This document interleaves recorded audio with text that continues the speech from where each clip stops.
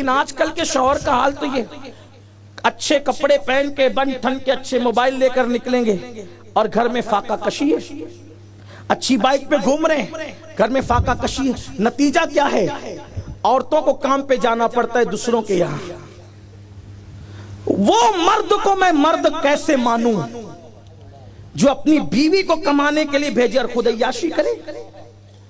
کوڑیاں کھیلتے بیٹھے، کیرم کھیلتے بیٹھے، تاش کے پتے کھیلتے بیٹھے اور بیوی کو کام پہ بھیجے۔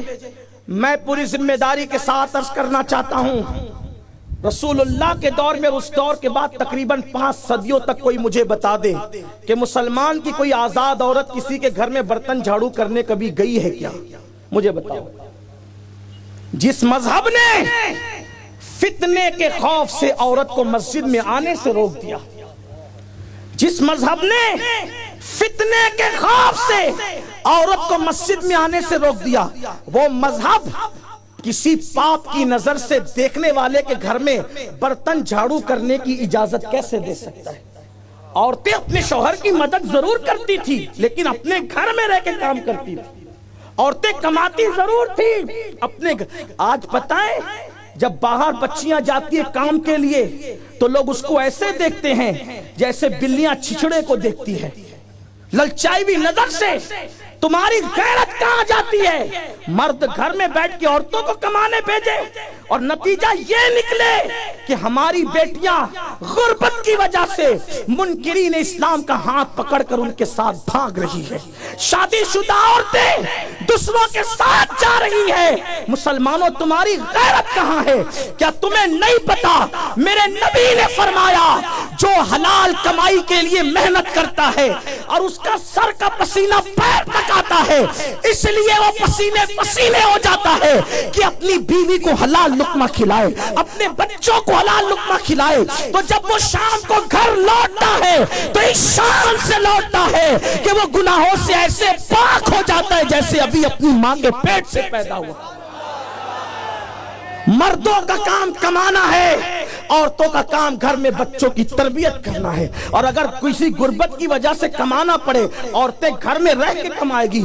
اس پرفتن دور میں کہیں عورتوں کو معاذ اللہ کہیں بھیجا جا رہا ہے اور ہم سب پہ نظر رکھتے ہیں اس لیے کہ ہم آپ کے درمیان رہتے ہیں۔ اس لیے میں آپ سے کہنا چاہتا ہوں، اے میری قوم کے جوانوں، محنت کرو، خود کماؤ۔ بلکہ ایک بات آپ کو کہوں، خود کما کر کے کھانے والا آدمی نہ ہو، کتنا بھی پارسا ہو، وہ خود کمانے والے کے مرتبے تک نہیں پہنچ سکتا۔ ایک بات آپ کو بتا، حضرت داؤد علیہ السلام حلیہ بدل کر نکلتے تھے کہ میں اپنے بارے میں پوچھوں کہ میں کیسا ہوں۔ ہم تو تعریفیں ہی چاہتے ہیں نا، وہ لوگ چاہتے تھے کہ کوئی ہماری خامی بتائے، حالانکہ ان میں کوئی خامی تھی نہیں۔ حلیہ بدل کے نکلتے تھے، جو ملتا تھا پوچھتے تھے بتاؤ داؤد کیسا ہے۔ لوگ پہچانتے نہیں تھے، تعریف ہی کرتے تھے۔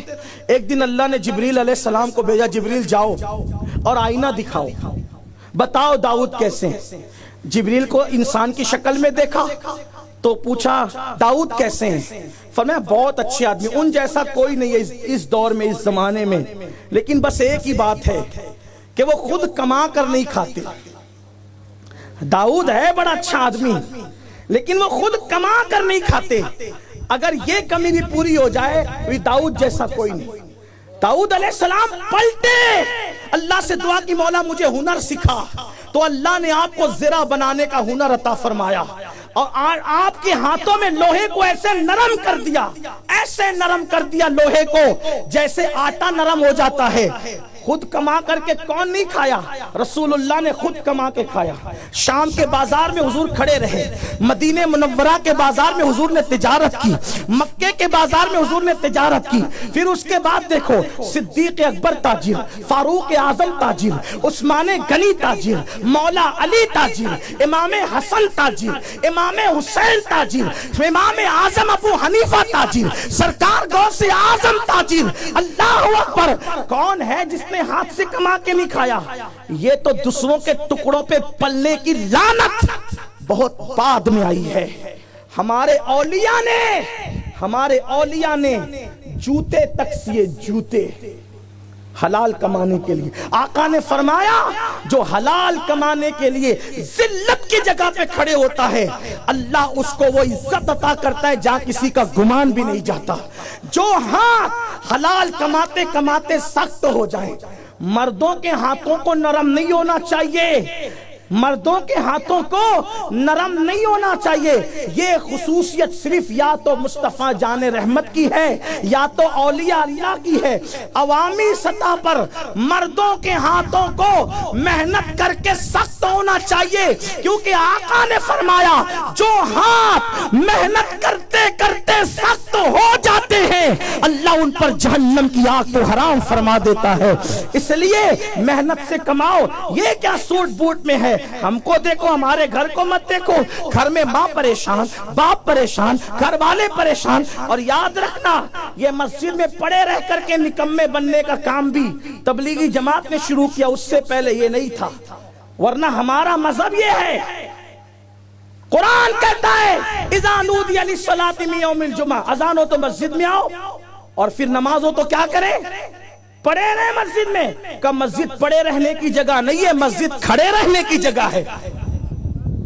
مسجد پڑے رہنے کی جگہ نہیں, کھڑے رہنے کی جگہ ہے. اللہ نماز پڑھ کے کروں کیا, تو قرآن کہتا ہے فَإِذَا قُضِيَتِ الصَّلَاةُ فَانْتَشِرُوا وَابْتَغُوا مِنْ فَضْلِ اللَّهِ. جب نماز پڑھ لو تو باہر نکلو اور زمین پہ پھیل جاؤ اور اللہ کا فضل یعنی روزی تلاش کرو. مسجد میں پڑے مت رہو, روزی تلاش کرو. اللہ کا حکم ہے اذان ہو تو آؤ, نماز کے بعد نکل جاؤ. مسجد پڑے رہنے کی جگہ نہیں ہے. اب جب مسجد میں پڑے رہنے کی اجازت نہیں تو جو گھر میں پڑے گیم کھیل رہے, گھر میں پڑے جوا کھیل رہے, گھر میں پڑے عورتوں پہ بوجھ بنے ہوئے, میں آپ سے گزارش کرتا ہوں مسلمانوں سچے مسلمان بنو. اور اگر بیوی پہ بوجھ بنو گے, کما کے نہیں کھلاؤ گے, تو انجام اتنا بھیانک ہوگا. عورتیں تمہارے ہاتھوں میں نہ رہے گی, ان کی باغ دوڑ تمہارے ہاتھوں میں نہ رہے گی.